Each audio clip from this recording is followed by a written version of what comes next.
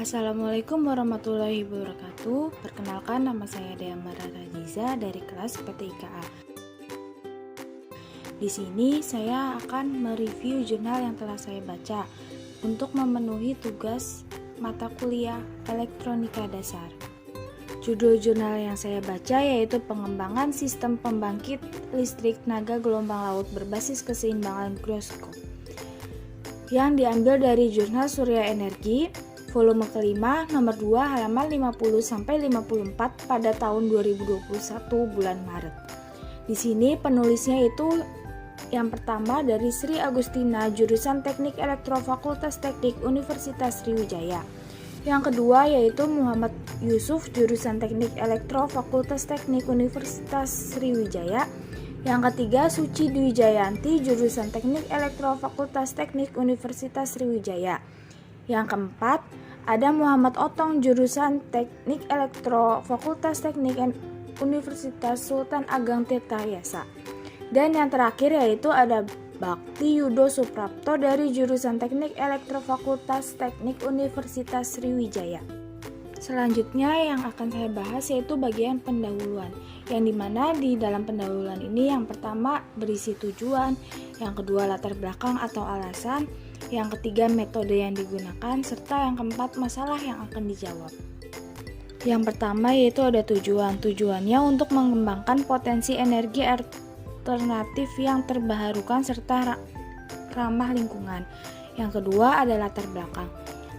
Karena Indonesia merupakan negara maritim yang mempunyai banyak laut, sehingga energi alternatif yang digunakan yaitu gelombang air laut. Yang ketiga, metode yang digunakan. Metode yang digunakan sudah pernah dilakukan peneliti sebelumnya, yaitu menggunakan gelombang air laut. Dan yang terakhir, masalah yang akan diselesaikan oleh peneliti yaitu permintaan pasokan energi listrik yang meningkat. Nah, di sini saya akan membahas tentang metode penelitian yang digunakan.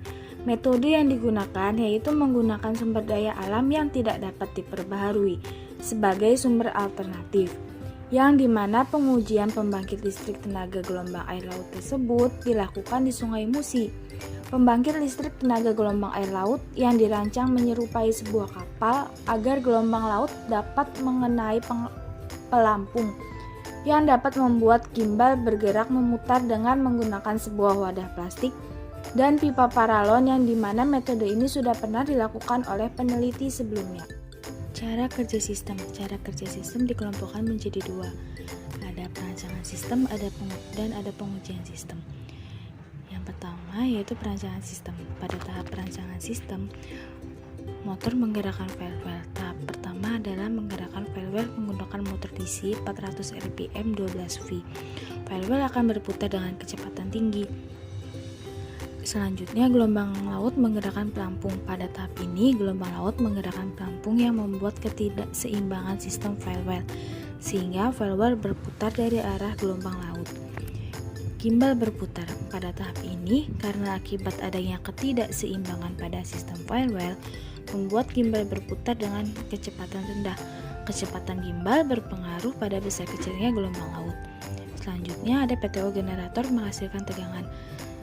Karena adanya perputaran gimbal, maka PTO generator akan menghasilkan tegangan melalui roda gigi yang telah terhubung pada gimbal. Roda gigi yang tidak digunakan pada PTO generator lebih kecil daripada roda gigi yang digunakan pada gimbal. Hal ini bertujuan agar putaran pada PTO akan semakin besar. Selanjutnya yaitu ada pengujian sistem. Pada tahap ini akan dilakukan pengujian terhadap sistem yang telah dirancang. Pada pengujian ini bertujuan untuk mengetahui hasil tegangan keluaran dari PTO generator, apakah stabil atau tidak, dengan mengubah nilai putaran pada valve. Pada tahap ini, pembangkit listrik tenaga gelombang air laut akan diuji di Sungai Musi yang memiliki gelombang kecil dan tidak memiliki beban pada PTO generatornya. Keberhasilan dan kegagalan pada eksperimen ini dilihat dari stabil atau tidaknya tegangan yang dihasilkan. Mengubah nilai putaran pada valve. Pada tahap ini, pembangkit listrik tenaga gelombang air laut akan diuji pada Sungai Musi yang memiliki gelombang kecil dan tidak memiliki beban pada PTO generatornya. Keberhasilan dan kegagalan pada eksperimen ini dapat dilihat dari stabil atau tidaknya tegangan yang dihasilkan. Selanjutnya yang akan saya review yaitu hasil dan pembahasan.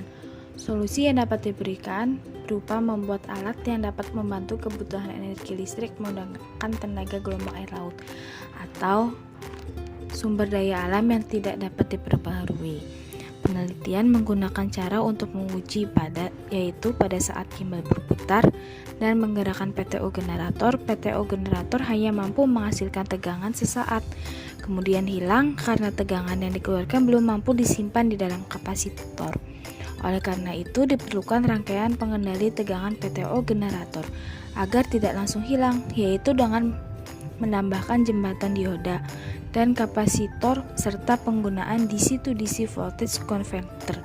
Pengujian yang dilakukan untuk menguji kestabilan pada pembangkit listrik tenaga gelombang air laut menghasilkan tenaga listrik dengan mengubah parameter nilai tegangan pada motor firewall yang membuat nilai kecepatan pada firewall berubah sesuai dengan besarnya tegangan yang diberikan. Putaran pada firewall tersebut akan membuat gimbal berputar sehingga PTO generator dapat menghasilkan tegangan. Hasil penelitian menunjukkan bahwa semakin besar tegangan yang diberikan pada motor firewall memberikan kecepatan yang tinggi pada firewall. Dari putaran firewall ini membuat ketidakstabilan pada gimbal, sehingga gimbal dapat berputar dan menghasilkan tegangan pada PTO generator. Pada penelitian terlihat bahwa tegangan keluaran yang dihasilkan belum stabil jika diberikan tegangan yang berbeda pada motor dikarenakan gerakan dari gelombang laut terkadang tidak mengenai pelampung pembangkit listrik tenaga gelombang air laut. Kontribusi para peneliti yaitu membuat alat yang dapat digunakan untuk memenuhi kebutuhan energi listrik. Yang terakhir yaitu ada kesimpulan. Dalam penelitian yang telah dilakukan sudah sesuai dengan tujuan. Penelitian ini sudah dapat dianggap selesai. Selain menggunakan gelombang air laut, kita juga bisa menggunakan sumber daya lain yang ada di sekitar kita, seperti sinar matahari, uap, dan lain-lain. Metode ini mempunyai kelemahan yang dimana alat yang dibuat tergantung pada besar kecilnya gelombang air laut yang sangat berpengaruh pada hasil. Referensi yang digunakan tidak up to date karena setidaknya referensi yang ada di dalam jurnal itu 5 tahun terakhir sebelum jurnal tersebut dibuat.